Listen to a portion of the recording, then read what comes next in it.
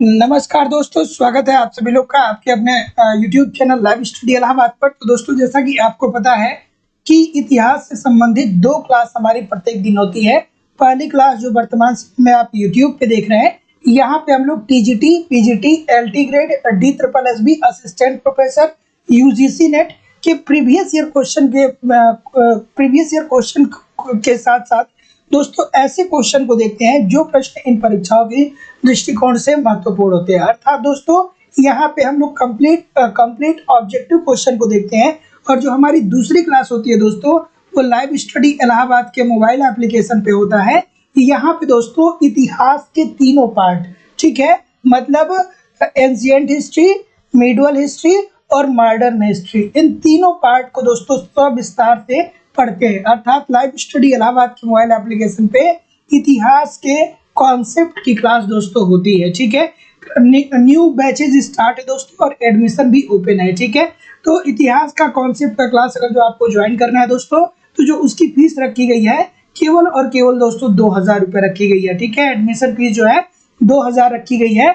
और यहाँ पे वीडियो लेक्चर के साथ साथ इतिहास के पूरे आपको नोट्स भी प्रोवाइड कराए जाएंगे। तो डिस्क्रिप्शन बॉक्स में जाइए, वहाँ पे लाइव स्टडी इलाहाबाद का मोबाइल एप्लीकेशन का लिंक दिया गया है। एप्लीकेशन को डाउनलोड कर लीजिए और वहाँ पे जब आप जाएंगे तो कुछ इस प्रकार का सरफेस आएगा, इतिहास कॉन्सेप्ट क्लासेस। तो वहाँ से डायरेक्ट आप कोर्स को परचेज कर सकते हैं। अगर जो आपको कोई भी समस्या होती है तो डायरेक्ट आप इस नंबर पे मुझे कॉल कर सकते हैं या व्हाट्सएप मैसेज कर सकते हैं। दोस्तों, अगर जो इस तरीके से सुचारू रूप से 1 घंटे आप एप्लीकेशन पे और 1 घंटे आप हमारे साथ यूट्यूब पे प्रैक्टिस करते हैं दोस्तों, ठीक है, तो विश्वास मानिए कि आपके सारे टर्म क्लियर हो जाएंगे और एग्जाम आते आते सारी चीजें ठीक हो जाएंगी। बिल्कुल ठीक है। तो चलिए दोस्तों, अब हम लोग मूव करते हैं अपने सेशन के पहले क्वेश्चन की तरफ। और पहला क्वेश्चन आप लोग के सामने ये रहा। छोटा सा प्रश्न, ये बता दीजिए कि नायनार कौन थे। बिल्कुल ठीक है। Good evening everybody. चलिए अंबिका कुमारी जी, गुड इवनिंग। चलिए इस प्रश्न का उत्तर करिए कि नायनार कौन थे। बढ़िया सा प्रश्न है, कई बार पूछा गया है। बिल्कुल ठीक है। और वीडियो को थोड़ा सा एक बार शेयर और लाइक दोस्तों जरूर कर दिया करिए। चलिए बताइए कि नायनार कौन थे। बढ़िया प्रश्न है, कई बार पूछा जा चुका है। विक्रम सिंह पटेल जी, बिल्कुल ठीक है। चलिए तो इस प्रश्न का उत्तर करिए। तो जैसा कि मैं देख पा रहा हूँ कि आप लोग का उत्तर क्या आ रहा है, ऑप्शन नंबर ए, बिल्कुल ठीक है। तो जितने लोग भी यहाँ पे ए बोल रहे हैं ना कि ये वैष्णव धर्म को मानने वाले थे, अर्थात वैष्णव धर्मावलंबी, ठीक है, सभी लोग का उत्तर यहाँ पे दोस्तों बिल्कुल ठीक है। ये नायनार जो थे दोस्तों, ये शिव के पूजक थे, ठीक है। ये भगवान शिव की पूजा करते थे और इनका जो सर्वाधिक विकास हुआ था वो कहाँ पे हुआ था? दक्षिण भारत में हुआ था। और किन शासकों ने शैव धर्म को सर्वाधिक संरक्षण दिया? तो पल्लव शासकों के द्वारा दिया गया, ठीक है। और दोस्तों याद रखिएगा कि नायनार संतों की संख्या 63 बताई गई है। तो जितने लोग भी ऑप्शन नंबर ए बोल रहे हैं, सभी लोग का उत्तर यहाँ पे बिल्कुल ठीक हो जाएगा। अगला प्रश्न आपके सामने रहा कि प्रारंभिक बौद्ध साहित्य में वर्धमान का उल्लेख किस नाम से हुआ है। चलिए भाई बताइए कि प्रारंभिक जो बौद्ध साहित्य है उसमें वर्धमान का उल्लेख किस नाम से किया गया है। चलिए बताइए। बिल्कुल ठीक है, कोई दिक्कत नहीं है। ऑप्शन नंबर क्या होगा? ठीक है, ठीक है। तो वर्धमान मतलब कौन? महावीर स्वामी। वर्धमान मतलब किसकी बात हो रही है? महावीर स्वामी, जैन धर्म के 24वें तीर्थकर की यहाँ पे बात हो रही है। इस बात को ध्यान में रखिएगा, ठीक है। ये वर्धमान किसका नाम है? ये महावीर स्वामी का नाम है ना। ये जैन धर्म के तीर्थकर थे, 24वें तीर्थकर थे और जैन धर्म का वास्तविक संस्थापक इन्हीं को माना जाता है। तो क्या उत्तर होगा भाई? ऑप्शन नंबर ए की तरफ कुछ लोग जा रहे हैं, ए की तरफ जा रहे हैं, बिल्कुल ठीक है। ए की तरफ जितने लोग भी जा रहे हैं बिल्कुल गलत जा रहे हैं भाई। ये वर्धमान और महावीर तो बात एक ही है। ये दोस्तों यहाँ पे बात हो रही है निगंठा नाथ पुत्र का, ठीक है। तो जितने लोग भी ऑप्शन नंबर क्या बोल रहे हैं? सी बोल रहे हैं, सभी लोग का उत्तर यहाँ पे बिल्कुल ठीक हो जाएगा। निगंठन नाथ पुत्र के नाम से दोस्तों वर्धमान का उल्लेख मिलता है बौद्ध साहित्य के प्रारंभिक बौद्ध साहित्य में। ऑप्शन नंबर ए होगा, ऑप्शन नंबर सी होगा, न कि ऑप्शन नंबर दोस्तों ए होगा, ठीक है। तो बढ़िया सा प्रश्न है। देखिए बहुत सारे लोगों ने इसको गलत भी किया है, ठीक है। ऑप्शन नंबर सी बिल्कुल ठीक है। अगला प्रश्न आपके सामने रहा कि वर्धमान महावीर निम्नलिखित में से किसके संबंधित है? अच्छा सा प्रश्न है, बताइए। वर्धमान महावीर निम्नलिखित में से किसके संबंधित है? और दोस्तों थोड़ा सा वीडियो को लाइक और शेयर भी जरूर कर दिया करिए, इतने लोग क्लास देखते हैं, थोड़ा सा लाइक शेयर किया करिए, ठीक है। चलिए बताइए कि वर्धमान महावीर निम्नलिखित में से किसके संबंधित है? किसके संबंधित है भाई? ठीक है, छोटी सी बात है, बच्चों वाली बात है कि नहीं? तो आप सभी लोग को दोस्तों ये पता ही होगा कि महावीर की जो माता थी उनका नाम क्या था? त्रिशला था। उनका नाम क्या था? त्रिशला था। और ये किसकी बहन थी? ये चेटक की बहन थी, है कि नहीं? और बिंबिसार ने चेटक की पुत्री चेलना से क्या किया था दोस्तों? विवाह किया था। तो इस प्रकार आप कह सकते हैं कि जो महावीर थे वो बिंबिसार से संबंधित थे। तो जितने लोग भी ऑप्शन नंबर क्या बोल रहे हैं, डी बोल रहे हैं, सभी लोग का उत्तर बिल्कुल ठीक हो जाएगा। तो दोस्तों आप सभी लोग को पता ही होगा कि महावीर की माता का नाम क्या था? त्रिशला था। और ये वैशाली के चेटक की क्या थी दोस्तों? बहन थी। और बिंबिसार के ज्येष्ठ की पुत्र चेलना से इन्होंने क्या किया था दोस्तों? विवाह किया था। तो इस प्रकार महावीर जो है वो बिंबिसार से संबंधित हो जाएंगे। अगला प्रश्न आपके सामने ये रहा कि निम्नलिखित में से कौन बुद्ध का समसामयिक नहीं था? मतलब बुद्ध के समय इन चारों में से कौन सा शासक नहीं था? बुद्ध काल में इन चारों में से कौन सा शासक नहीं था, बेसिकली आपको बताना है। और क्लास प्रत्येक दिन 6 बजे से होती है, तो 6 बजे आप लोग लाइव ज्वाइन कर लीजिए। और जितने लोग भी क्लास देख रहे हैं, आपसे दोस्तों मैं ये कहना चाहूँगा कि आप प्रश्न का उत्तर देने का प्रयास करिए। अगर जो आप प्रश्न का उत्तर देंगे ना, तो आपका जो माइंड होगा वो वर्क करेगा और आपके पास भी सोचने समझने की क्षमता थोड़ी सी विकसित होगी। चलिए भाई बताइए कि निम्नलिखित में से कौन बुद्ध का समसामयिक नहीं था? तो जैसा कि मैं देख पा रहा हूँ, क्या उत्तर आ रहा है भाई? बुद्ध का काल कब से कब तक है भाई? बुद्ध का जन्म कब होता है? 563 ईसा पूर्व। और इनकी मृत्यु कब होती है? 483 ईसा पूर्व।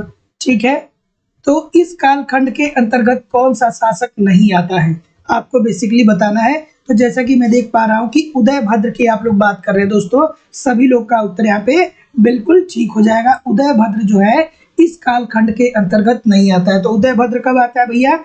ये आता है 544 से लेकर के 492 तक। ठीक है, 492 ईसा पूर्व तक। तो इस कालखंड में उदयभद्र नहीं आता है, हालांकि प्रसेनजित, बिंबिसार और उदयन आते हैं। चलिए अगले प्रश्न की तरफ मूव करेंगे कि निम्नलिखित में से किस ग्रंथ में 16 महाजनपद का नामोल्लेख मिलता है? अब जो लोग एप्लीकेशन पे क्लास ज्वाइन किए हैं तो उनको आज ही हमने 16 महाजनपद को पढ़ाया है। ठीक है, चलिए बताइए कि 16 महाजनपद का उल्लेख किस ग्रंथ में मिलता है? चलिए बढ़िया प्रश्न है, बताइए 16 महाजनपद का उल्लेख कहाँ में मिलता है भाई? थोड़ा सा वीडियो को लाइक किया करिए, शेयर भी जरूर कर दिया करिए दोस्तों। क्लास न्यू है तो थोड़ा सा संख्या कम है, तो लाइक शेयर करिए, मजा आने वाला है। चलिए कुछ भी छूटेगा नहीं, बस आराम आराम से पढ़ते रहिए। चलिए भाई बताइए 16 महाजनपद का उल्लेख कहाँ पे मिलता है? ठीक है, ऑप्शन नंबर क्या हो जाएगा? बिल्कुल ठीक है, क्या बोल रहे हैं भाई? ऑप्शन नंबर ए की तरफ कुछ लोग जा रहे हैं। ठीक है, तो जितने लोग भी बोल रहे हैं कि अंगुत्तर निकाय और भगवती सूत्र में, एब्सोल्युटली आप ठीक हैं कि ये जो 16 महाजनपद है ना, इनका उल्लेख कहाँ पे मिलता है? 2 जगहों पे, एक अंगुत्तर निकाय में और दूसरा भगवती सूत्र में। तो केवल और केवल यहाँ पे ऑप्शन क्या होने वाला है भाई? ऑप्शन नंबर ए जो होगा वो बिल्कुल ठीक हो जाएगा। दोस्तों ये बताइए मुझे कि काशी की जो राजधानी थी, जो 16 महाजनपद था उसमें से काशी एक था, काशी की राजधानी कहाँ थी और मगध की राजधानी कहाँ थी? कमेंट करके जल्दी जल्दी बताइए। ठीक है, काशी और मगध की राजधानी बताइए, इन दोनों की राजधानियां अक्सर पूछा जाता है। चलिए इस प्रश्न का उत्तर करिए कि भागवत धर्म के प्रवर्तक कृष्ण के गुरु कौन थे? चलिए भैया, भागवत धर्म के जो श्री कृष्ण भगवान है, इनके गुरु कौन थे आपको बेसिकली बताना है। चलिए भाई बताइए, बिल्कुल ठीक है, क्या उत्तर होगा? ऑप्शन नंबर बिल्कुल ठीक है। चलिए ठीक है, ठीक है, तो देखिए दोस्तों, भागवत धर्म के प्रवर्तक जो कृष्ण है, भागवत धर्म का प्रवर्तन किसने किया था? वो किए थे भगवान कृष्ण ने किया था। और कृष्ण का प्रथम उल्लेख कहाँ पे मिलता है? छंदोग्य उपनिषद में मिलता है। प्रश्न पूछता है ना ये कई बार कि ये बताइए कि कृष्ण का प्रथम बार उल्लेख कहाँ पे मिलता है? तो ये छंदोग्य उपनिषद में मिलता है। इस बात को भी दोस्तों आप लोग ध्यान में रखिएगा। तो जितने लोग भी ऑप्शन नंबर क्या बोल रहे हैं, घोर अंगिरस, बिल्कुल एब्सोल्युटली ठीक है कि भगवत धर्म के प्रवर्तक कृष्ण के जो गुरु थे उनका नाम था Ghor Angiras. Option number A according to the question this is the right answer हो जाएगा। और जो कृष्ण है इनका उल्लेख आपको मिलता है छंदोग्य उपनिषद में मिलता है। इस बात को भी आपको याद रखना है। अगला प्रश्न ये रहा कि जेत वन विहार कहाँ स्थित था? ठीक है, बढ़िया प्रश्न है कि जेत वन विहार कहाँ स्थित है, बताइए भाई। ठीक है, चलिए बिल्कुल ठीक है, बढ़िया प्रश्न है और आज के बाद इसको भूलिएगा नहीं, ठीक है, क्योंकि ये प्रश्न प्रचलन में कम होते हैं लेकिन गलतियां जो होती हैं वो क्या होती है, बहुत ज्यादा होती हैं। तो देखिए जेतवन विहार कहाँ पे स्थित था?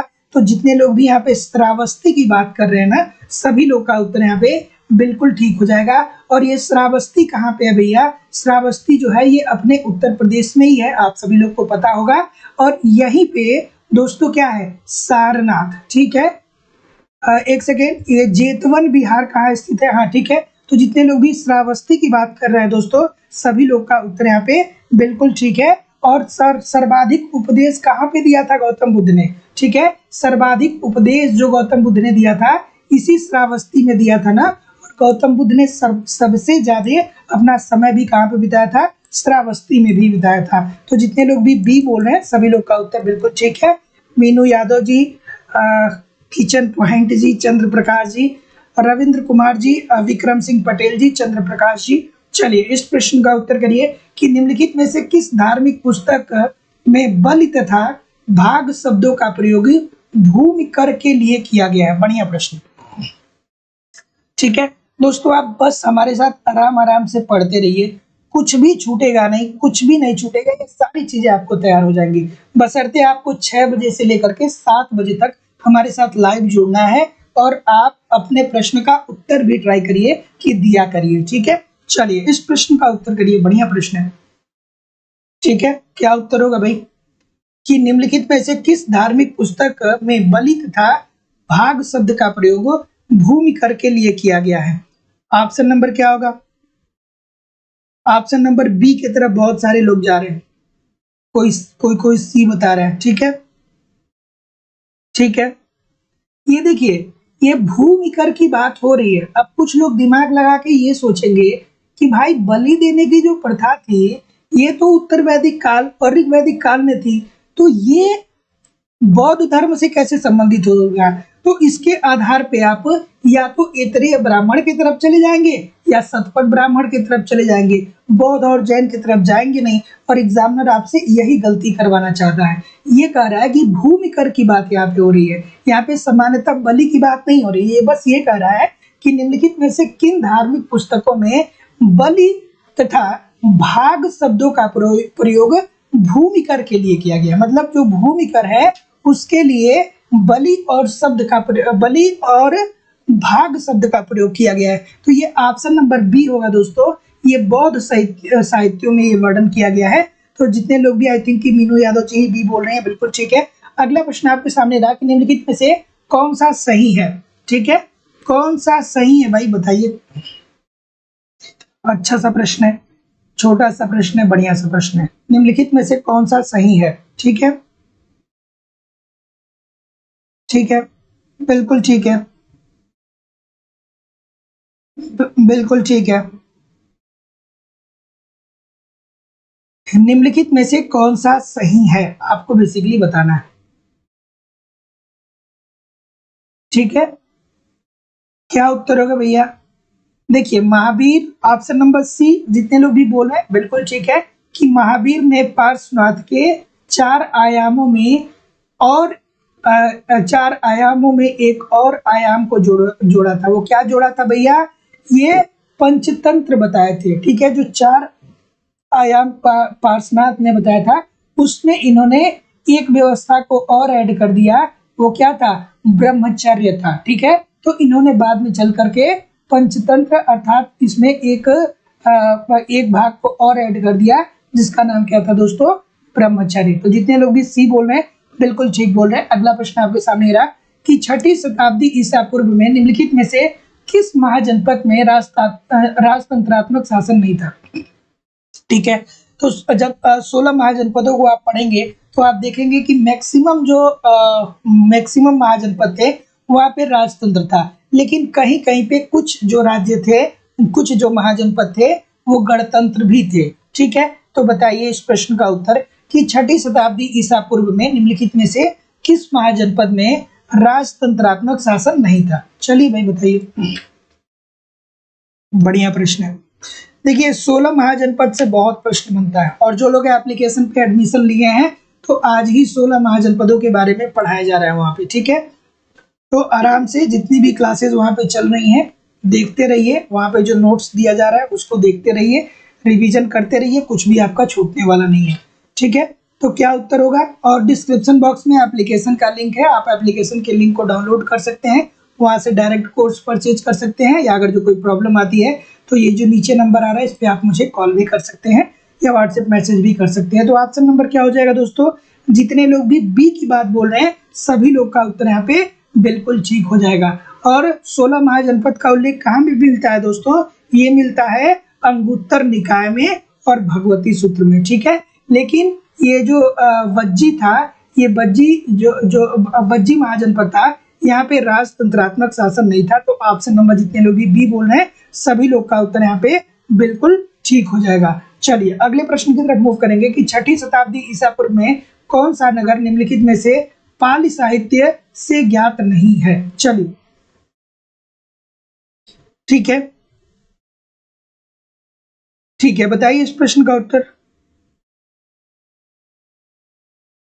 चलिए कि 6ठी शताब्दी ईसा पूर्व में कौन सा नगर निम्नलिखित में से पाली साहित्य से ज्ञात नहीं। अच्छा एक बात बताइए कि प्रश्न का स्टैंडर्ड आप लोग को बहुत टफ लग रहा है या बहुत इजी लग रहा है। ठीक है, उसके अनुसार मैं एडजस्ट करूंगा। अभी मेरी सोच ये है कि स्टार्टिंग दौर में हम क्या करें कि जो मॉडरेट लेवल के प्रश्न है और जो इजी लेवल के प्रश्न है उसके साथ चलें, और जैसे जैसे सेशन आगे बढ़ने लगेगा वैसे वैसे हम लोग टफ सेशनों की तरफ भी चलते रहेंगे। ठीक है, क्योंकि एक क्रम से चला जाएगा तो ज़्यादा बेहतर रहेगा।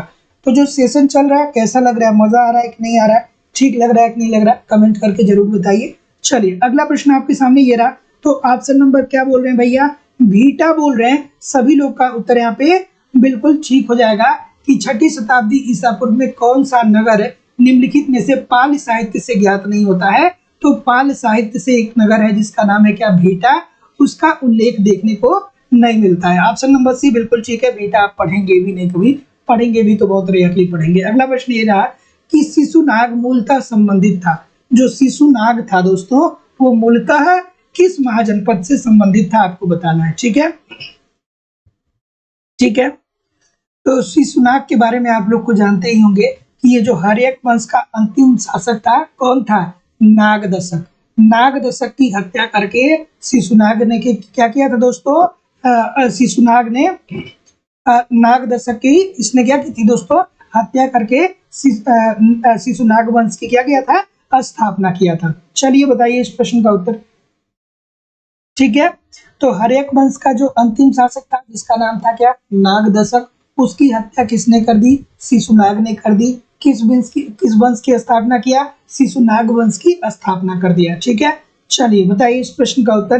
तो जैसा कि मैं देख पा रहा हूँ कि आपका उत्तर क्या आ रहा है, काशी आ रहा है ना भाई, सभी लोग का उत्तर यहाँ पे बिल्कुल ठीक है। तो जितने लोग भी काशी की तरफ जा रहे हैं सभी लोग का उत्तर यहाँ पे बिल्कुल ठीक हो जाएगा, काशी। ठीक है, और काशी की राजधानी कहाँ थी भैया, काशी की राजधानी थी वाराणसी। तो जितने लोग भी बी बोल रहे हैं सभी लोग का उत्तर यहाँ पे बिल्कुल ठीक हो जाएगा। अगले प्रश्न की तरफ मूव करेंगे। अगला प्रश्न आपके सामने रहा कि भारत का पहला ईरानी आक्रमण कौन था। ये अच्छा सा प्रश्न है, बताइए। बिल्कुल ठीक है, ठीक है,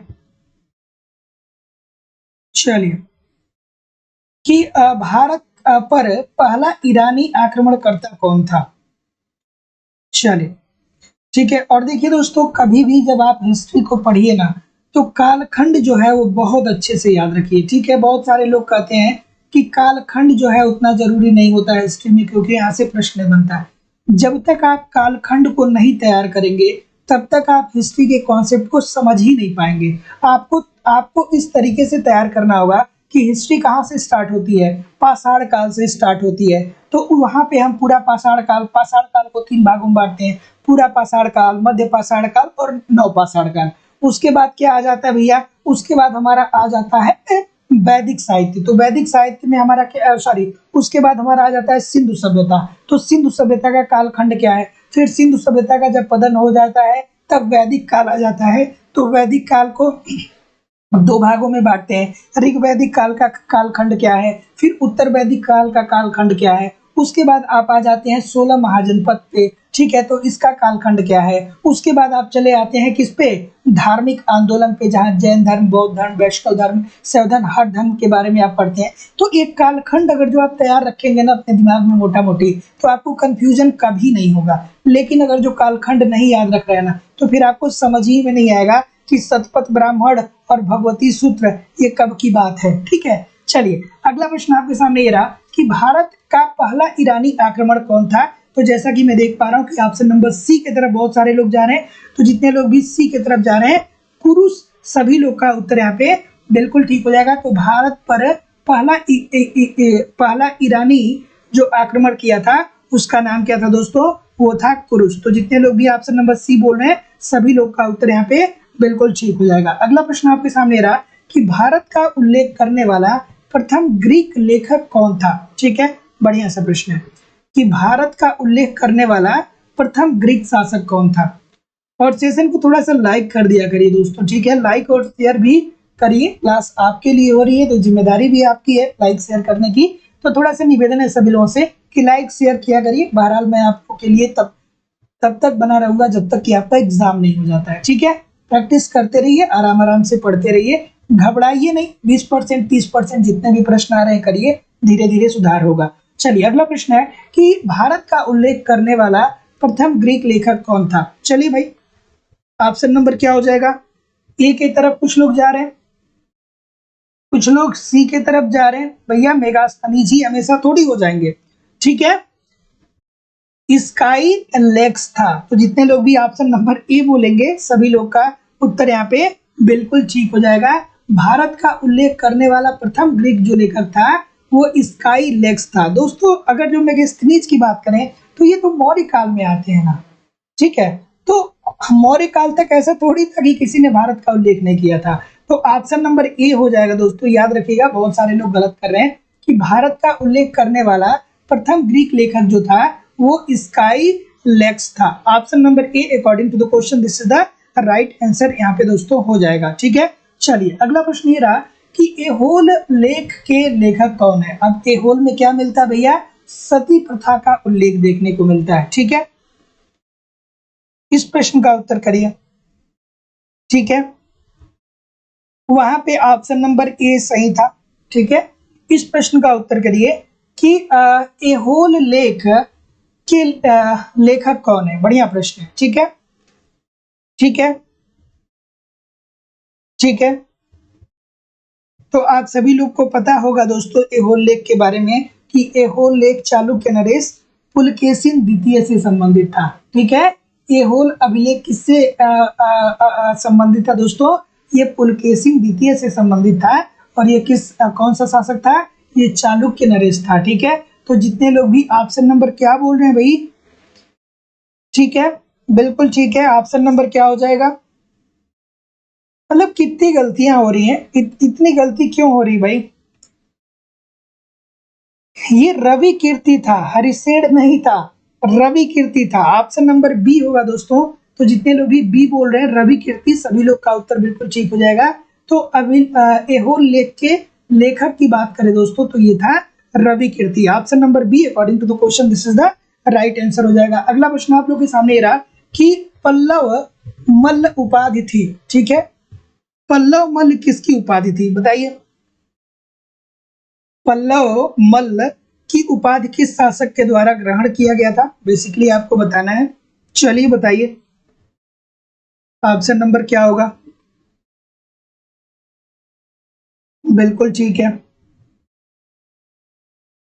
ठीक है, तो देखिए जितने लोग भी बोल रहे हैं कि पल्लव मल्ल की उपाधि जो धारण किया था वो नंदी वर्मन सेकेंड ने धारण किया था। सभी लोग का उत्तर यहाँ पे बिल्कुल ठीक हो जाएगा। और ये जो नंदी वर्मन था ना दोस्तों, ये वैष्णव धर्म का अनुयायी था और इसने कला और साहित्य को बहुत ज्यादा प्रोत्साहन दिया था। तो याद रखिएगा कि पल्लवमल की उपाधि से कौन विभूषित है, तो वो है नंदी वर्मन सेकेंड। और ये दोस्तों ये वैष्णव धर्म का अनुयायी था और कला एवं साहित्य में भी ये क्या किया था, बहुत विकास किया था। तो जितने लोग भी ए सी बोल रहे हैं सभी लोग का उत्तर बिल्कुल ठीक है। अगला प्रश्न ये रहा कि किस विदेशी लेखक ने शुंग वंश के विवरण दिए हैं। चलिए बताइए कि कौन सा ऐसा लेखक है जो शुंग वंश का विवरण दिया है, बताइए। बढ़िया प्रश्न है। और प्रश्न अगर जो गलत हो रहे हैं तो बिल्कुल आप घबराइए नहीं दोस्तों, ये प्रश्न आपके सही होंगे, ठीक है। घबराने की जरूरत नहीं है, अभी तो क्लास स्टार्ट हुई है ना, तो धीरे धीरे क्लास देखते रहिए, सारी चीजें आने लगेंगी। घबराइए नहीं, बस मेहनत करते रहिए। चलिए बताइए कि किस विदेशी लेखक ने शुंग वंश के विवरण दिए हैं, बताइए। शुंग वंश के बारे में कौन सा विदेशी लेखक है जो वर्णन किया है, ठीक है। क्या उत्तर होगा, बिल्कुल ठीक है। फाहियान किससे संबंधित है भाई, गुप्त काल से संबंधित है कि नहीं। उसके बाद ह्वेनसांग की बात करें तो ये पुष्यभूति काल से संबंधित है, ठीक है। एत्सिंग की बात करें तो ये पूर्व मध्य काल से संबंधित है। और जो तारानाथ है दोस्तों, ये शुंग वंश से संबंधित है। तो जितने लोग भी डी बोल रहे हैं तारानाथ के बारे में, सभी लोग का उत्तर यहाँ पे दोस्तों बिल्कुल ठीक हो जाएगा। आज गलतियां कुछ ज्यादा ही हो रही है कि नहीं, आज गलती जो हो रही है वो कुछ ज्यादा ही हो रही है, कोई दिक्कत नहीं है। चलिए ठीक है। अगला प्रश्न है कि पतंजलि किस स्थान के रहने वाले थे, ठीक है। जो पतंजलि थे वे किस स्थान के रहने वाले थे, बताइए भाई। बिल्कुल ठीक है। ऑप्शन नंबर क्या हो जाएगा, ये किसके पुरोहित थे भैया, पुष्यमित्र शुंग के पुरोहित थे ना। पूछता है ना कि ये बताइए कि पतंजलि जो थे वो किसके समकालीन थे या किसके पुरोहित थे। तो ये पुष्यमित्र शुंग के पुरोहित थे या पुष्यमित्र शुंग के समकालीन थे, है कि नहीं, ठीक है। चलिए तो बताइए इस प्रश्न का उत्तर। तो जैसा कि मैं देख पा रहा हूं कि आपका उत्तर क्या आ जाएगा, ठीक है, ठीक है। तो जितने लोग भी ऑप्शन नंबर बी बोल रहे हैं गोनदर, सभी लोग का उत्तर यहाँ पे बिल्कुल ठीक हो जाएगा, गोनदर। तो देखिए दोस्तों, आप चीजों को याद करिए, अगर जो प्रश्न नहीं आ रहे तो चीजों को आप याद कर सकते हैं, ठीक है। तो पतंजलि, ठीक है, जो किसकी रचना किए थे, महाभाष्य की रचना किए थे। ये कहाँ के रहने वाले थे, ये गोनदर के रहने वाले हैं, ठीक है। ऑप्शन नंबर बी बिल्कुल ठीक है। अगला प्रश्न ये रहा कि भारत में रोमन व्यापारियों की बस्ती के अवशेष किस स्थल से प्राप्त होते हैं। अब ये तो इजी सा प्रश्न है, आप आराम से कर सकते हैं कि भारत में जो रोमन व्यापारी थे उनकी बस्ती के अवशेष किस स्थल से प्राप्त होते हैं। चलिए बढ़िया प्रश्न है, बताइए। बिल्कुल ठीक है। चलिए ऑप्शन नंबर क्या हो जाएगा, ये तो इजी सा प्रश्न है, आराम से बता सकते हैं, ठीक है, ठीक है। क्या बोलते हैं भाई, ऑप्शन नंबर क्या हो जाएगा, अरिकमेडु हो जाएगा ना, अरिकामेडु हो जाएगा ना, जिसे हम क्या बोलते हैं, पेरिप्लस ऑफ द इरीथ्रियन सी, ठीक है। तो भारत में रोमन व्यापारियों के बस्ती के जो अवशेष प्राप्त होते हैं वो कहाँ से प्राप्त होते हैं, अरिकामेडु से प्राप्त होते हैं। और अरिकामेडु को किस नाम से जानते हैं, Periplus of the Erythraean sea, ठीक है। तो option number A according to the question this is the right answer यहाँ पे दोस्तों हो जाएगा। चलिए अगले प्रश्न की तरफ मूव करेंगे कि निम्नलिखित लिपियों में से रज्जुवल के सिक्के पर एक लिपि प्राप्त नहीं होती है, वो कौन सी है। चलिए बताइए, बढ़िया सा प्रश्न है। ऑप्शन नंबर क्या होगा भाई, निम्नलिखित लिपियों में से रज्जुवल के सिक्के पर एक लिपि प्राप्त नहीं होती है, वो कौन सी लिपि है, ठीक है, ठीक है। तो देखिए दोस्तों, रज्जुवल के सिक्कों पर एक लिपि प्राप्त नहीं है, वो कौन सी नहीं है। तो जितने लोग भी आरमाइक की बात कर रहे हैं, सभी लोग का उत्तर बिल्कुल ठीक है। ब्राह्मी में, खरोष्टी में और ग्रीक भाषा में क्या है दोस्तों, अंकन है, लेकिन अरामाइक लिपि में क्या है दोस्तों, यहाँ पे अंकन देखने को नहीं मिलता है। तो जितने लोग भी डी बोल रहे हैं बिल्कुल ठीक बोल रहे हैं। अगला प्रश्न आप लोग के सामने ये रहा कि किस कुषाण शासन के काल में बौद्ध धर्म के प्रचार के लिए कश्यप, मातंग एवं धर्मरत्न चीन गए थे? बढ़िया प्रश्न है, बहुत बार पूछा गया आपके एग्जाम में। चलिए बताइए इस प्रश्न का उत्तर। ठीक है, और जितने लोग भी अभी तक वीडियो को लाइक नहीं किया दोस्तों, लाइक और शेयर जरूर कर दिया करिए। ठीक है, बताइए इस प्रश्न का उत्तर कि किस कुषाण शासक में बौद्ध प्रचार के लिए कश्यप, मातंग एवं धर्मरत्न चीन गए थे? ये लोग क्यों गए थे? क्योंकि चीन में जाके ये दोनों लोग क्या कर सके, बौद्ध धर्म का प्रचार कर सके। तो वो कौन सा शासक था आपको बेसिकली बताना है। ठीक है, ऑप्शन नंबर क्या हो जाएगा भाई? ठीक है, ऑप्शन नंबर क्या हो जाएगा? ठीक है, ठीक है, तो जितने लोग भी विम कटफिशस की बात कर रहे हैं दोस्तों, सभी लोग का उत्तर यहाँ पे बिल्कुल ठीक है। ये विम कटफिशस ने क्या किया था कि बौद्ध धर्म के प्रचार के लिए दो लोगों को कहाँ पे भेजा था, चीन में, एक कश्यप, मातंग और धर्मरत्न को। तो जितने लोग भी बी बोल रहे हैं, आई थिंक सभी का उत्तर ठीक ही आ रहा है, तो कोई दिक्कत नहीं है। और ये दोस्तों सोने का सिक्का सर्वप्रथम चलाने का श्रेय इसी को जाता है, विम कटफिशस को। इस बात को भी ध्यान से याद रखिएगा, यहाँ से प्रश्न पूछता है, सॉरी सोने नहीं, शीशे का सिक्का। ठीक है, शीशे का सिक्का चलाने का सर्वप्रथम जो श्रेय दिया जाता है वो इसी को दिया जाता है। तो जितने लोग भी बी बोल रहे हैं, सभी लोग का उत्तर ठीक है। अगला प्रश्न आपके सामने ये रहा कि निम्नलिखित बादशाहों में से किसे कलंदर कहा जाता है? अब ये तो प्रश्न कोई गलत नहीं करेगा, ये तो प्रश्न इजी सा है, बच्चों वाला है।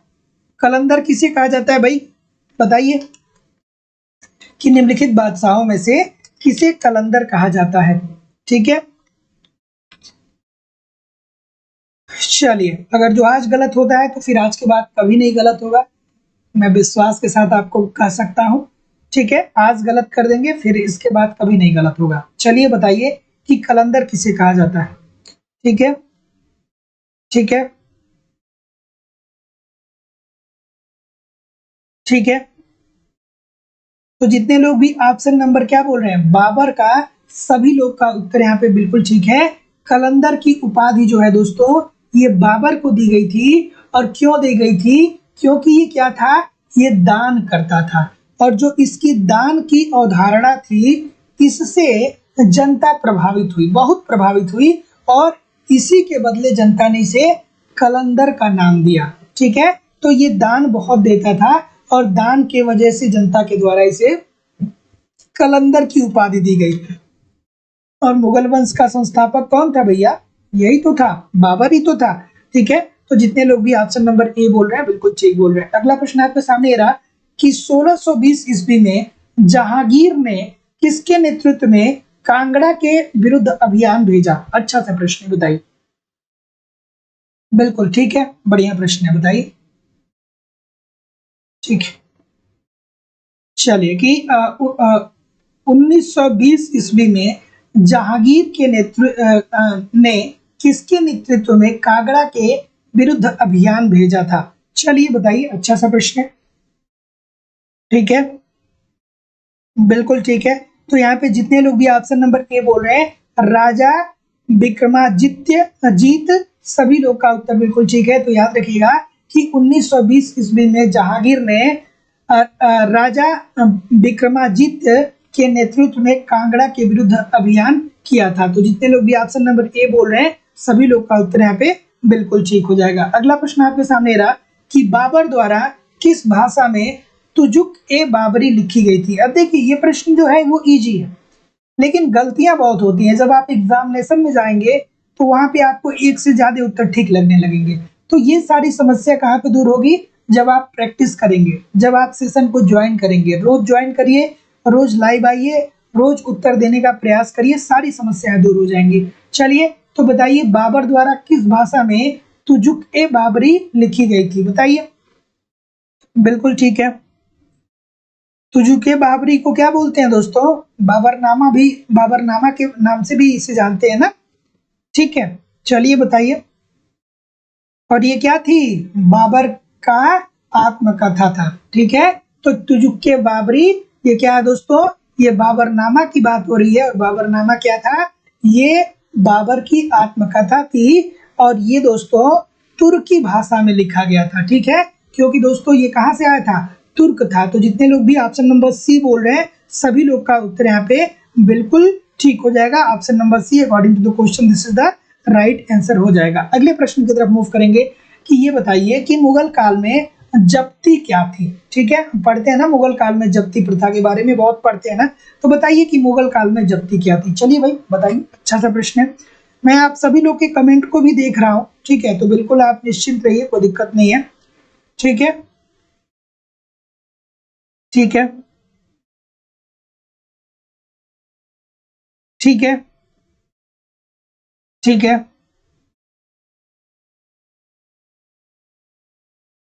ठीक है। तो जब्ती प्रथा दोस्तों, जो जब्ती प्रथा जो है, ये अकबर के शासनकाल में दोस्तों क्या था, अकबर के शासनकाल में ये दोस्तों क्या था, मौजूद था। और जब्ती का मतलब ये होता था कर। ठीक है, तो जितने लोग भी टैक्स की बात बोल रहे हैं, सभी लोग का उत्तर यहाँ पे बिल्कुल ठीक है। और इसके अंतर्गत, जब्ती प्रथा के अंतर्गत भूमि पे कुल उत्पादन का एक तिहाई, एक तिहाई क्या देना पड़ता था, राजा को देना पड़ता था। किस रूप में, टैक्स के रूप में, अर्थात कर के रूप में। तो जितने लोग भी सी बोल रहे हैं, सभी लोग का उत्तर यहाँ पे बिल्कुल ठीक हो जाएगा। अगला प्रश्न कि शेर शाह के शासन के समय किस विभाग का अध्यक्ष राज्य की आय और व्यय की देखभाल करता था। ये शेर शाह की बात हो रही है, ध्यान से देखिएगा।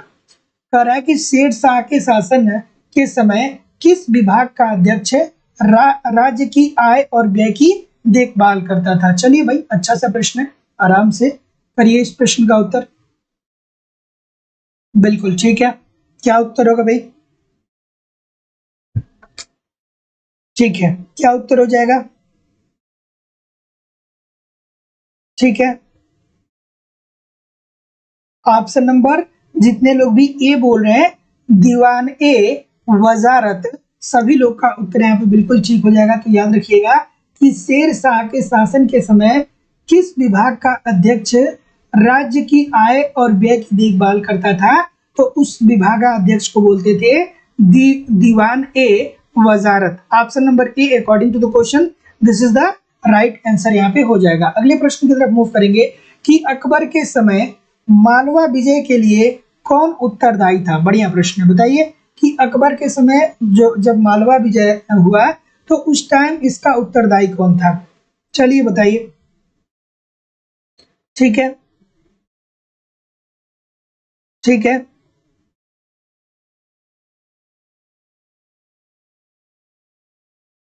चलिए ऑप्शन नंबर क्या हो जाएगा। देखिए दोस्तों, तो साम्राज्य विस्तार के दृष्टिकोण से अकबर जी ने जो सबसे पहला आक्रमण किया था, वो 1561 में किया था, मालवा के शासक बाज बहादुर के ऊपर किया था। ठीक है, और यहीं पे दोस्तों इसका जो नेतृत्व किया गया था, ये अब्दुल्ला खां उजबेग के द्वारा किया गया था। तो जितने लोग भी बी बोल रहे हैं, सभी लोग का उत्तर बिल्कुल ठीक है। तो याद रखिएगा कि अकबर के समय मालवा विजय के लिए कौन उत्तरदायी था, तो ये था दोस्तों Abdullah Khan Uzbeg. Option number B according to the question बिल्कुल ठीक है। अगला प्रश्न आपके सामने रहा कि निम्नलिखित में से किसने अपने पुस्तकालय का एक भाग हरम में रखा था, जहां हरम की महिलाएं उसके सोने से पहले उसे पुस्तक पढ़ के सुनाती थी। ठीक है, एक भाग था जिसे हरम बोला जाता था, और यहाँ पे महिलाएं होती थी जो पुस्तकें पढ़ करके सुनाती थी। वो कौन सा शासक था, किसे सुनाती थी, बेसिकली आपको बताना है। चलिए बताइए, ऑप्शन नंबर क्या हो जाएगा, ठीक है, ठीक है। तो ऑप्शन नंबर क्या हो जाएगा भाई, सी हो जाएगा ना। तो जितने लोग भी अकबर की बात बोल रहे हैं, सभी लोग का उत्तर यहाँ पे बिल्कुल ठीक हो जाएगा। और दोस्तों पूछता है कि ये बताइए कि निरक्षर शासक कौन था, जो पढ़ना नहीं जानता था। तो दोस्तों पढ़ने की कला किसके पास नहीं थी, अकबर के पास नहीं थी। तो इसीलिए उसने क्या किया कि एक हरम, ठीक है, देखिए, निम्नलिखित में से किसने अपने पुस्तकालय का एक भाग हुआ करता था जिसे हरम बोला जाता था, ठीक है। वहाँ पे क्या होता था कि जो महिलाएं होती थी, जो पढ़ने वाले जो जो मतलब किताबों को पढ़ सकती थी, वो अकबर के सोने से पहले उनको पुस्तकें पढ़ के सुनाती थी। तो ऑप्शन नंबर क्या हो जाएगा? सी, बिल्कुल ठीक है। अगला प्रश्न आपके सामने ये रहा कि एक मुगल बादशाह ने रूढ़िवादी और धार्मिक प्रवृत्ति के लोगों को दिखाया कि भाषा एक प्राकृतिक प्रक्रिया यानी जुबान एक कुदरत नहीं है, अपितु यह सीखने का सांसारिक तरीका है। अपने तर्क को सिद्ध करने के लिए उसने व्यवहारिक प्रयोग द्वारा नवजात शिशुओं को सर्वथा एकांत स्थान, जो गुंग महल के नाम से जाना जाता था, में रखा था। वह मुगल बादशाह कौन था? चलिए भाई, इस प्रश्न का तो उत्तर आराम से आप कर सकते हैं क्योंकि आपने देख ही लिया है पिछले प्रश्न में, ठीक है। तो पिछले प्रश्न का ही कॉन्सेप्ट है। तो जितने लोग भी ऑप्शन नंबर क्या बोल रहे हैं, अकबर की तरफ जा रहे हैं, अर्थात ऑप्शन नंबर बी की तरफ जा रहे हैं, सभी लोग का उत्तर बिल्कुल ठीक है। तो एक बार पढ़ लीजिए फिर से कि एक मुगल शासक ने रूढ़िवादी और धार्मिक प्रकृति के लोगों को दिखाया कि भाषा एक प्राकृतिक प्रक्रिया अर्थात जुबान एक कुदरत नहीं है, अपितु यह एक सीखने का सांसारिक तरीका है। अपने तर्क को सिद्ध करने के लिए उसने व्यवहारिक प्रयोग द्वारा नवजात शिशुओं को सर्वथा एकांत स्थान पर, जो गुंग महल के नाम से जाना जाता था, में रखा।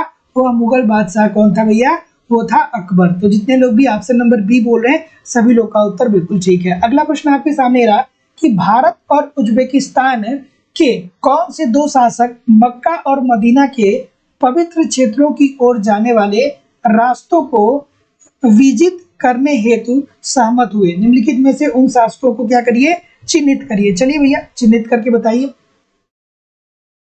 ठीक है। बिल्कुल। और देखिए, वीडियो को एक दो बार रिवाइज भी कर लिया करिए, प्लेलिस्ट में सारी वीडियोस पड़ी हुई है, तो वहां पे जाके वीडियो को रिवाइज भी किया करिए। रिवाइज करेंगे तो उससे क्या होगा कि चीजें और क्लियर होने लगेंगी। क्या उत्तर आ रहा है भाई? ऑप्शन नंबर बी की तरफ आप लोग जा रहे हैं, बिल्कुल ठीक है, कि अकबर और अब्दुल्ला खान उज्बेक, ठीक है। तो जितने लोग भी बी बोल रहे हैं, सभी लोग का उत्तर यहाँ पे बिल्कुल ठीक हो जाएगा, ठीक है। तो याद रखिएगा कि भारत और उज्बेकिस्तान के कौन से दो शासक मक्का और मदीना के पवित्र क्षेत्र की ओर जाने वाले रास्तों को विजित करने हेतु सहमत थे? तो ये दोस्तों अकबर और अब्दुल्ला खां उज्बेक, ठीक है। ऑप्शन नंबर बी बिल्कुल ठीक है। अगला प्रश्न है कि निम्नलिखित में से किस मुगल शासक ने बयाना और धौलपुरी के मध्य चंबल घाटी में ग्रामीणों को खजूर ताड़ की शराब इकट्ठा करते देखा और उसको तथा ताड़ी को निकालने की विधि का वर्णन किया है? चलिए, ऐसे प्रश्न भी पूछे जाते हैं, तो बताइए भाई, बढ़िया प्रश्न है। चलिए, क्या उत्तर होगा? ऑप्शन नंबर,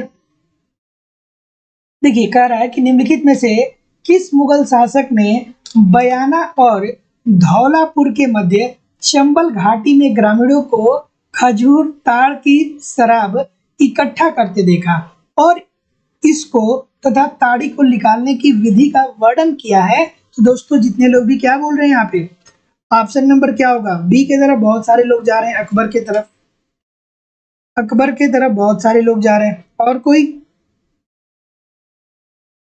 बी नहीं होगा भैया, ऑप्शन नंबर बी होगा, ये बाबर से संबंधित है दोस्तों। तो जितने लोग भी ये बोल रहे हैं, सभी लोग का उत्तर ठीक है, Babar, this is the right answer हो जाएगा दोस्तों। तो याद रखिएगा कि जो बाबर था, इसने बयाना और धौलपुर के मध्य चंबल घाटी में ग्रामीणों को खजूर ताड़ की शराब इकट्ठा करते देखा और इसको तथा ताड़ को निकालने की विधि का वर्णन किया है। ये बाबर के द्वारा किया गया है। तो जितने लोग भी ये बोल रहे हैं, बिल्कुल ठीक बोल रहे हैं। अगला प्रश्न रहा कि विजयनगर राज्य की स्थापना का मुख्य उद्देश्य क्या था? विजयनगर के साम्राज्य के संस्थापक कौन थे भैया? कौन थे? हरिहर और बुक्का। चलिए, बताइए इस प्रश्न का उत्तर। बिल्कुल ठीक है, बिल्कुल ठीक है, ठीक है। तो विजयनगर की राजधानी कहाँ पे थी दोस्तों? इस प्रश्न को भी पूछता है। हम्पी थी ना, ठीक है। संस्थापक कौन था? हरिहर एवं बुक्का था, ठीक है। तो चलिए, तो जैसा कि इसकी स्थापना कब हुई थी? 1336 में हुई थी ना भाई। ये बात आपको पता होनी चाहिए कि विजयनगर साम्राज्य की जो स्थापना हुई थी हरिहर और बुक्का के द्वारा 1336 में हुई थी। और ये जो विजयनगर है इसकी जो पुरानी राजधानी थी वो कहाँ पे थी भैया? हम्पी थी, ठीक है। तो जैसा कि मैं देख पा रहा हूँ कि डी की तरफ मैक्सिमम लोग जा रहे हैं, बिल्कुल ठीक है, कि एक शक्तिशाली हिंदू राज्य की स्थापना करना। ऑप्शन नंबर क्या हो जाएगा दोस्तों? D, this is the right answer हो जाएगा। और याद रखिएगा कि हरिहर और बुक्का एक ही नाम नहीं है। हरिहर और बुक्का ये दोनों भाई थे, ठीक है, अलग अलग नाम है। अगला प्रश्न है कि पुरंदर की संधि जो 1665 के विषय में निम्नलिखित में से कौन सा सत्य नहीं है? जो पुरंदर की संधि हुई थी उसके संदर्भ में इसमें से कौन सा सत्य नहीं है, बेसिकली आपको बताना है, ठीक है। चलिए, बिल्कुल ठीक है। ऑप्शन नंबर क्या हो जाएगा? तो जितने लोग भी क्या बोल रहे हैं? डी बोल रहे हैं। और जो डी बोल रहे हैं तो बढ़िया बोल रहे हैं भाई, कि शिवाजी को दक्षिण अभियान में मुगल सेनापतियों को सहयोग नहीं करना था। नहीं भैया, करना था। तो जितने लोग भी ऑप्शन नंबर डी बोल रहे हैं सभी लोग का उत्तर यहाँ पे बिल्कुल ठीक हो जाएगा। आई थिंक डी सभी लोग बोल रहे हैं। चलिए, तो कोई एक्सप्लेन करने की जरूरत नहीं है, इसको थोड़ा सा मैं एडजस्ट करता हूँ इस प्रश्न को। और ऐसे प्रश्नों का वेटेज दोस्तों वर्तमान समय में बढ़ता जा रहा है, जो आपके सिलेक्शन के लिए क्या होता है दोस्तों की बहुत उत्तरदायी होता है, ठीक है। ऐसे लोगों को, ऐसे प्रश्नों को लोग कम पढ़ते हैं, लेकिन ऐसे प्रश्न जो है वो आपके सिलेक्शन के लिए बहुत महत्वपूर्ण होते हैं, ठीक है। चलिए पढ़ते हैं कि देवदासी प्रथा का प्रचलन विजयनगर साम्राज्य में हुआ था। क्या ये बात ठीक है? थोड़ा सा बताइए, ठीक है,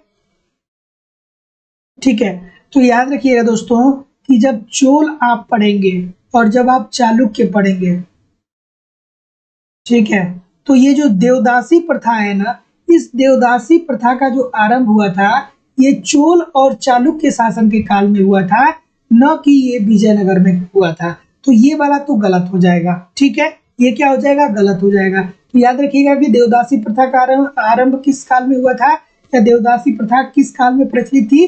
तो चोल और चालुक्य शासन काल में प्रचलित थी।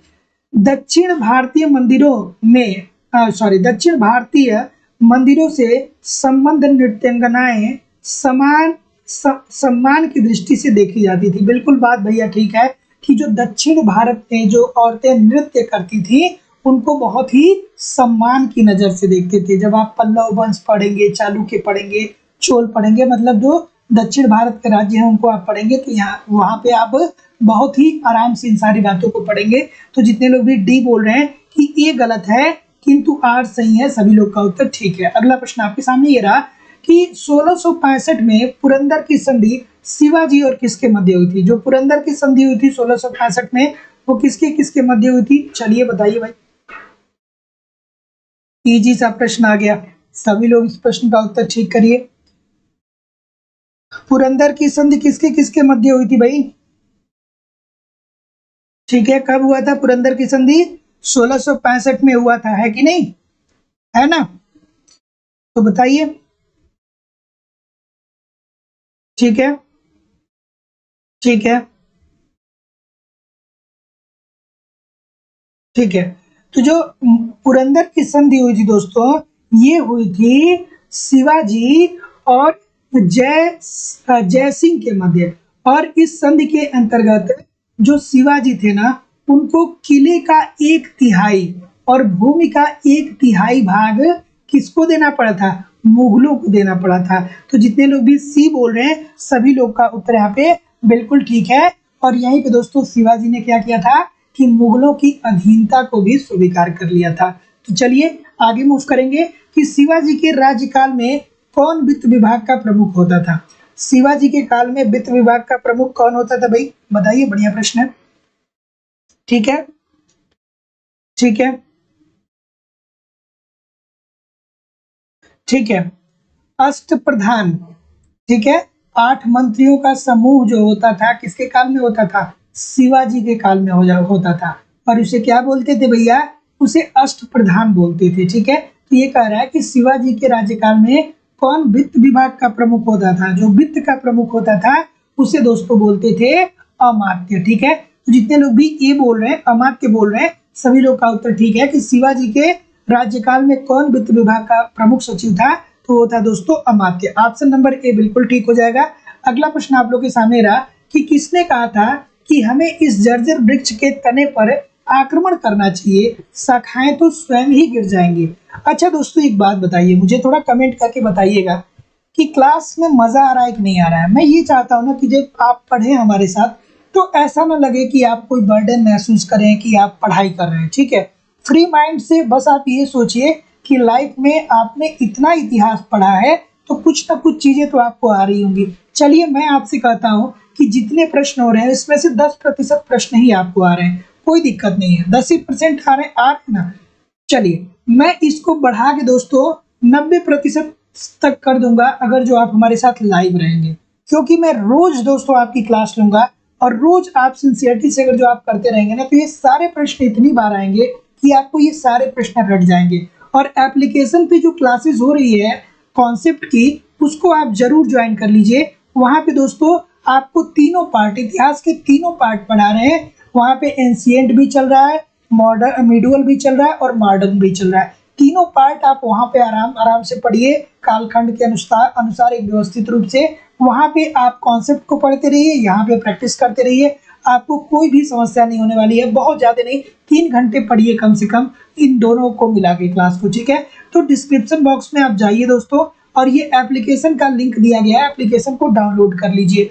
कोई भी अगर जो आपको समस्या आती है तो आप मुझे इस नंबर पे, ये जो नीचे नंबर आ रहा है इस नंबर पे आप मुझे कॉल कर सकते हैं। डिस्क्रिप्शन में जाके दोस्तों एप्लीकेशन को डाउनलोड कर लीजिए, वहाँ पे हिस्ट्री कॉन्सेप्ट क्लासेस लिख के आ रहा होगा, वहां से दोस्तों कोर्स को आप परचेज कर सकते हैं। चलिए इस प्रश्न का उत्तर करिए, बिल्कुल ठीक है कि ये बताइए कि किसने कहा था कि हमें इस जर्जर वृक्ष के तने पर आक्रमण करना चाहिए, शाखाएं तो स्वयं ही गिर जाएंगी। तो जैसा कि मैं देख पा रहा हूँ कि आप लोग ऑप्शन नंबर क्या बोल रहे हैं, बी बोल रहे हैं ना। तो जितने लोग भी बी बोल रहे हैं सभी लोग का उत्तर यहाँ पे बिल्कुल ठीक हो जाएगा।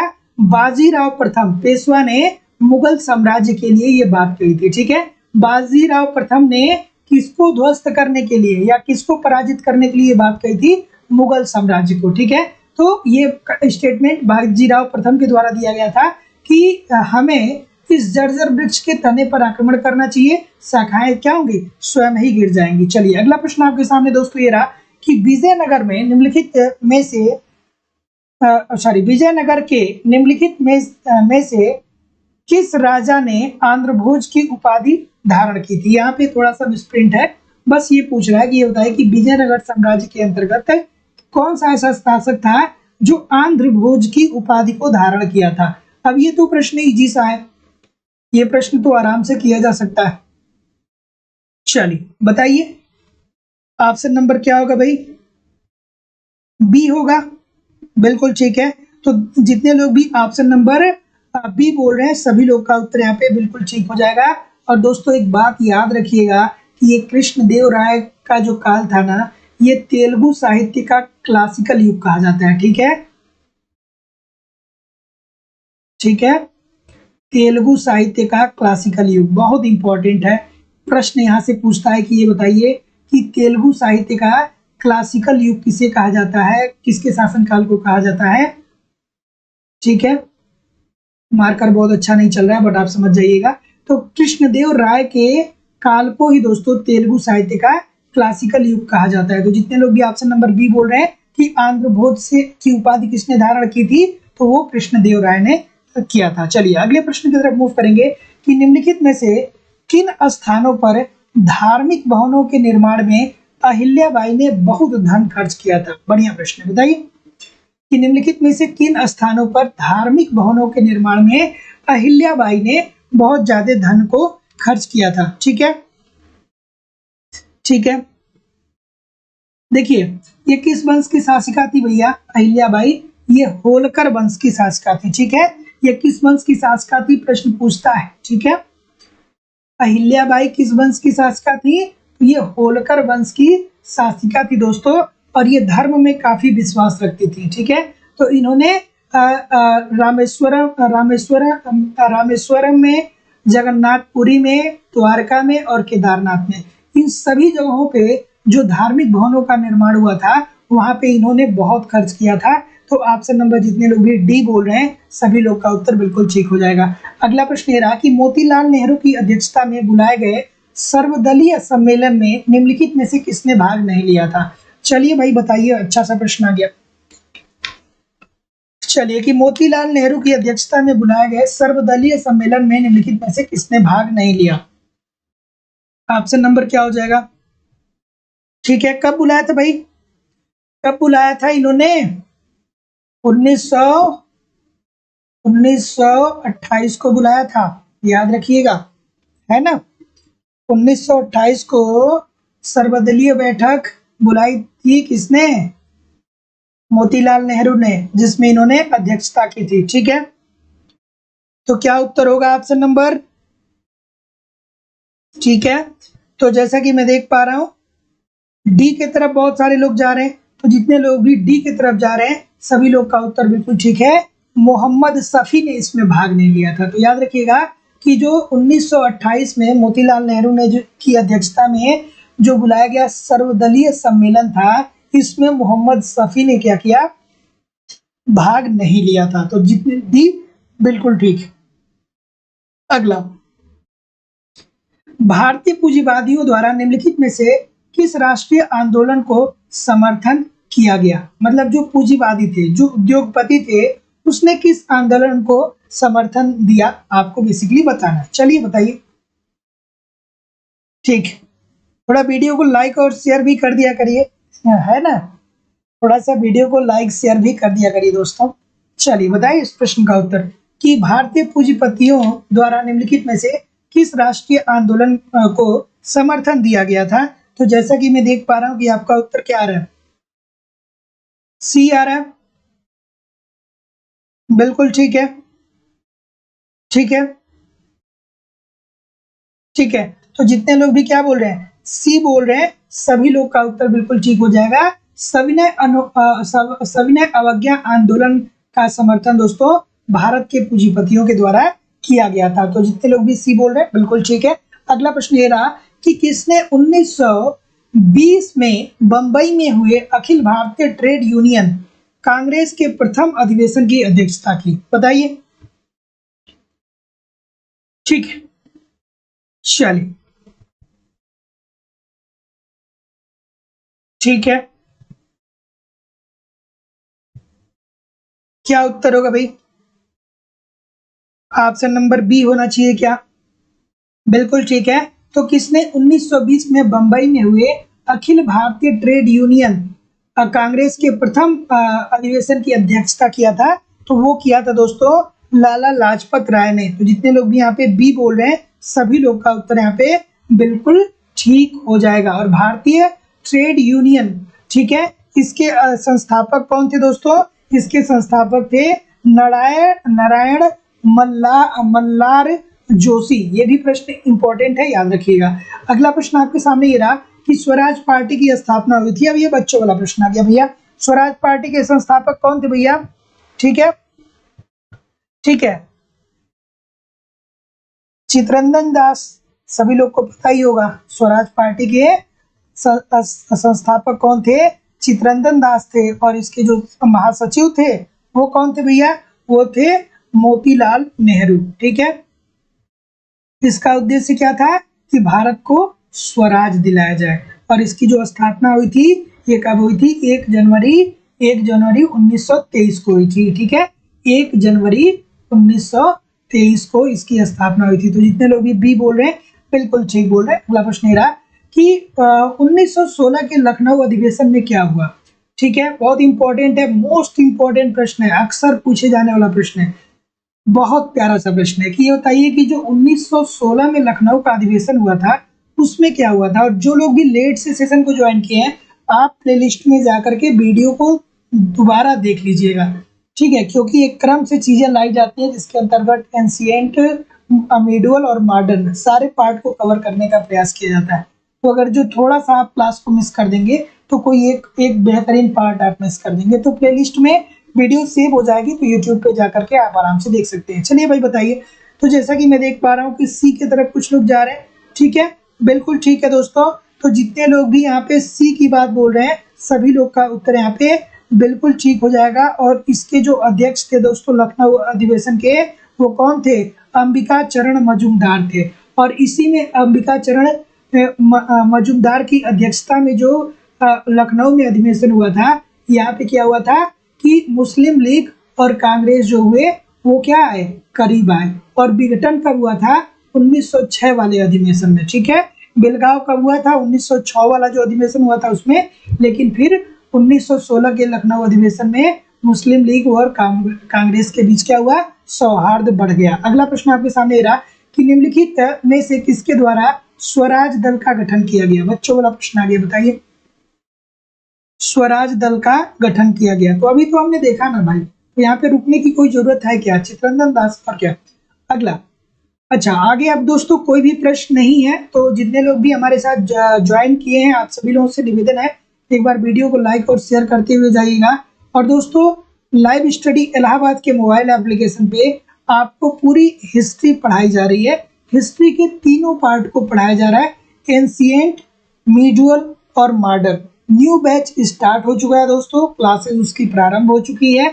ठीक है, तो TGT, PGT, LT grade, DSSS assistant professor, UGC net की अगर जो आप तैयारी करना चाहते हैं डिटेल रूप से, तो दोस्तों हिस्ट्री की क्लास स्टार्ट हो चुकी है। यहाँ पे A to Z आपको सारे कॉन्सेप्ट पढ़ाए जा रहे हैं। एडमिशन ओपन हो गया है। एडमिशन की फीस केवल और केवल दोस्तों 2000 रुपये है। ठीक है, तो देखिए अगर जो आप वहाँ पे एप्लीकेशन पे कॉन्सेप्ट को कम से कम 1 घंटे रोज पढ़ते रहेंगे और 1 घंटे यहाँ पे प्रैक्टिस करते रहेंगे दोस्तों, तो हंसते खेलते सारी चीजें आपको तैयार हो जाने वाली हैं। ठीक है, एडमिशन के लिए आपको नीचे डिस्क्रिप्शन बॉक्स में लाइव स्टडी इलाहाबाद के मोबाइल एप्लीकेशन दिया गया है। ठीक है, लाइव स्टडी इलाहाबाद के मोबाइल एप्लीकेशन का लिंक दिया गया है, यहाँ से आप एप्लीकेशन को डाउनलोड कर लीजिए। उसके बाद सरफेस पे जाएंगे तो कुछ इस प्रकार का चित्र आएगा, इतिहास कॉन्सेप्ट क्लासेस का। वहां से जाके आप कोर्स को परचेज कर सकते हैं। अगर जो आपको कोई भी समस्या कोर्स परचेज करने में आ रही है, तो ये जो नीचे नंबर दिया गया है, इस नंबर पे आप मुझे कॉल कर सकते हैं या व्हाट्सएप मैसेज कर सकते हैं। कोई भी इंक्वायरी हो तो इस नंबर पे आप मुझे कॉल या मैसेज कर सकते हैं। ठीक है, चलिए बिल्कुल ठीक है। Thank you very much Aditi ji, बिल्कुल ठीक है। विक्रम सिंह पटेल जी, रविंद्र कुमार जी, चंदन प्रकाश जी, चलिए ठीक है, चलिए बिल्कुल ठीक है। चलिए तो मिलेंगे दोस्तों कल शाम को 6 बजे। तो जाते जाते वीडियो को शेयर करते हुए जाइए, लाइक करते हुए जाइए दोस्तों, और मिलेंगे कल एक नए उत्साह नए एनर्जी के साथ। तब तक के लिए आप पढ़ते रहिए, आगे बढ़ते रहिए दोस्तों। नमस्कार, धन्यवाद।